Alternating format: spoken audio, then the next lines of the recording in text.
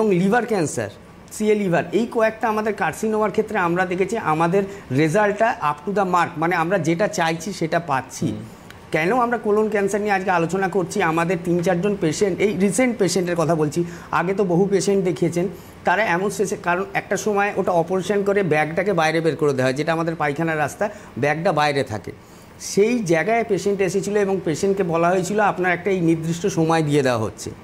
কিন্তু সেইখান থেকেও সেই পেশেন্ট আজকে সারভাইভ করছে, আজকে ভালো রয়েছে, এবং তার যে প্যারামিটারগুলো রয়েছে আমরা সিইএ করতে দিই, যেটা কার্সিনো এমব্রায়োনিক সেল বলা হয়, সেই রিপোর্টগুলো তার যা ছিল নর্মালের থেকে অনেক বেশি ছিল, সেগুলো আজকে তার নর্মাল আসছে। কারণ আয়ুর্বেদের মধ্যে কোলন ক্যান্সারের কয়েকটা হার্বসের কথা বলবো, যেমন আমরা ফেনুগ্রিক শুনেছি, মানে মেথি, আপনার রয়েছে জিঞ্জার মানে আদা, গার্লিক মানে রসুন, এবং আপনার হচ্ছে যষ্ঠিমধুর রুট, যষ্ঠিমধু যেটা রয়েছে সেই রুট থেকে এক ধরনের মেডিসিন তৈরি হয়। কারণ যষ্ঠিমধু মেনলি হচ্ছে আলসার হিলিং প্রপার্টি রয়েছে।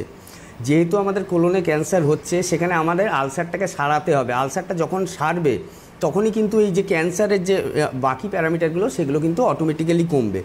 তো ডাক্তারবাবু যেরকম বললেন, ডক্টর হালদার, কি ফার্স্ট স্টেজ সেকেন্ড স্টেজে এলে আমাদের কাছে খুব সুবিধা হয়, তাড়াতাড়ি সেরে ওঠে, কিন্তু থার্ড স্টেজ বা ফোর্থ স্টেজ যারা অর্বুদ নিয়ে আমাদের কাছে আসছে, যাদের কমপ্লিকেশান অনেক বেড়ে গেছে, তারাও কিন্তু ভালো রেজাল্ট পাচ্ছে।